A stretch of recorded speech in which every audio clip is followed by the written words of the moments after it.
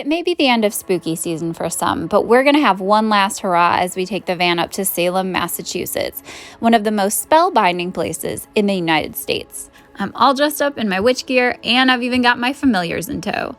As us cool cats roll up into the city, we decide it's time to have some refreshment at the Witch's Brew Cafe, which is more like a bar than a cafe at about 5 p.m. I'm not drinking this weekend, so I ordered a simple Shirley Temple and watched as the locals made their way in. After a quick stop, it was time to find the perfect parking spot for the weekend, and right by the Salem Ferry is a parking lot where you can park for free for 72 hours.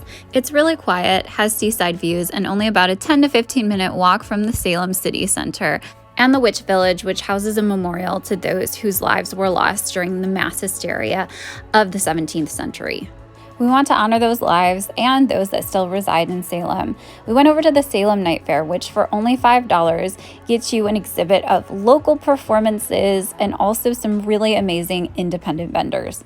It only happens around this time of year, and it's the perfect place to get into the Halloween spirit. Even I caught the bug here.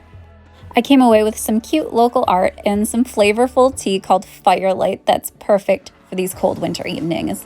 But as the evening wore on and got dark and cold, I needed a place to warm up, and what better place than an arcade bar?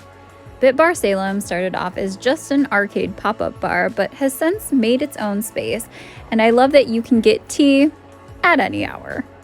They also have an extensive beer and food menu, and handcrafted cocktails like the Ghost Eater that pair perfect with a game of Pac-Man.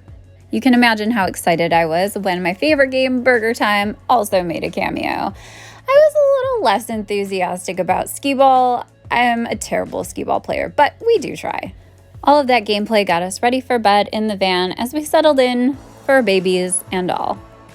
We had such a lovely view waking up on the bay in the morning, but of course, we needed to get our food on, and that happened at Gulu Gulu Cafe, which I found is a great place if you want to start your morning off with a London fog or a mimosa. They've got some great vegan options too, which aren't always easy to find. I loved my vegan egg and cheese crepe, and the bathroom sides were to die for. Though their patio is open to dogs, it was a little bit rainy, so it wasn't open, but we got some park time at Salem Willows and a cool, eerie little view on the other side of the water.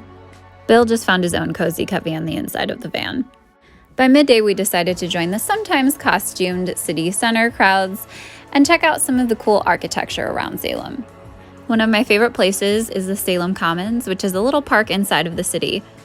They were hosting some vendors for Halloween where you can get everything from little trinkets to, yes, your own headstone, customized to fit your undead needs.